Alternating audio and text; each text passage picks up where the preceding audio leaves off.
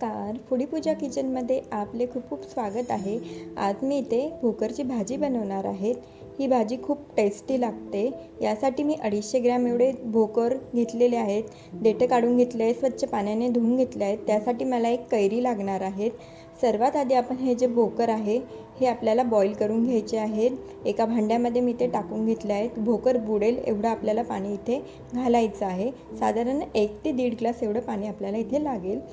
त्यावर झाकण ठेवून द्यायचं। एक 5 मिनिटाकरता आपल्याला याला मीडियम फ्लेमवर बॉईल करून घ्यायचं आहे। हे अगदी लगेच शिजतात। तोपर्यंत आपण कैरी आहे ती कट करून घेऊ। त्याचं देठ मी इथे काढून घेतलेलं आहे। आपल्याला ही पूर्ण कैरी लागणार नाही आहे। तुमच्याकडे छोटी कैरी असेल तर ती देखील घातली तरी चालेल। ही माझ्याकडे इथे थोडी मोठी कैरी होती, त्यामुळे मी पूर्ण नाही घालणार आहे। यातली मी फक्त अर्धीच कैरी इथे घालणार आहे। ही कैरी मी छान अशी किसून घेणार आहे। भोकरचा आतला भाग खूप चिकट असतो। कैरी घातल्यामुळे या भाजीला जो चिकटपणा येईल तो कमी होऊन जाईल, म्हणून यामध्ये आपण इथे ही कैरी घालणार आहे। कैरी किसून झालेली आहे माझी। आता आपण भोकर चेक करून बघू शिजले आहेत की नाही।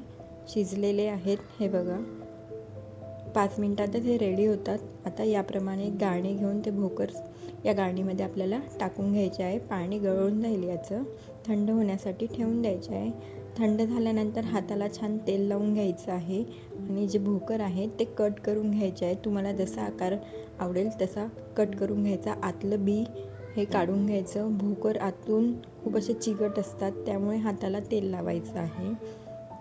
सर्व भोकर आपल्याला कट करून घ्यायचे आहे। त्यातल्या सीड्स इथे काढून घ्यायचे आहेत। मी सर्व भोकर इथे कट करून घेतलेले आहेत। आता कढई गॅसवर आपल्याला ठेवून त्यामध्ये 2 चमचेभर एवढं तेल टाकून घ्यायचं आहे।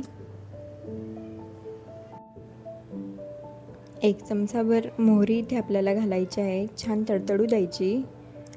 1 चमचाभर शोप इथे घालायची आहे। शोपमुळे टेस्ट खूप छान येते भाजीमध्ये। जिरं नाही घालायचं।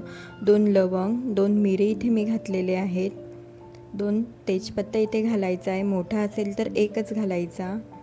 यामध्ये जी आपण कैरी जी होती किसलेली ती यामध्ये टाकून घेऊ। छानपैकी परतवून घ्यायची आहे कैरी। कैरीमुळे या भाजीला खूप छान टेस्ट येते आणि जे भोकर आपले असे चिकट असतात तो कमी होऊन जातो। आता आपण यामध्ये कांदा टाकून घेऊ। 1 कांदा मी इथे घेतला आहे बारीक चिरलेला, तो यामध्ये टाकून घ्यायचा। छानपैकी परतवून घ्यायचा कांदा लाल होईपर्यंत। आता यामध्ये मी कुटलेलं आलं लसूण इथे घातलेलं आहे। थोडा कढीपत्ता घालायचा, छान मिक्स करून घ्यायचं, लाल होऊ द्यायचा। नंतर यामध्ये 1 चमचाभर मी लाल तिखट घातलं आहे, अर्धा चमचा हळद, थोडा गरम मसाला आपल्या आवडीनुसार घालायचा। छान परतवून घ्यायचं।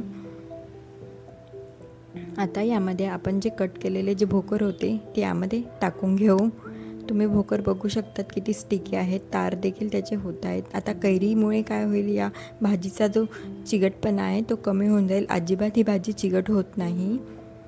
आता यामध्ये मी 3 चमचेभर मेथी इथे मी 2 तास आधी भिजवली होती, ती यामध्ये टाकून घ्यायची। छानपैकी मिक्स करून घ्यायचं। जर तुम्हाला वेळ नसेल किंवा आठवण नसेल भिजवायची तर इथे मेथी तुम्ही बॉईल करून घेऊ शकतात, ती टाकून द्यायची बॉईल झाल्यावर। थोडं पाणी इथे ॲड करायचं, जवळजवळ अर्धा ग्लास।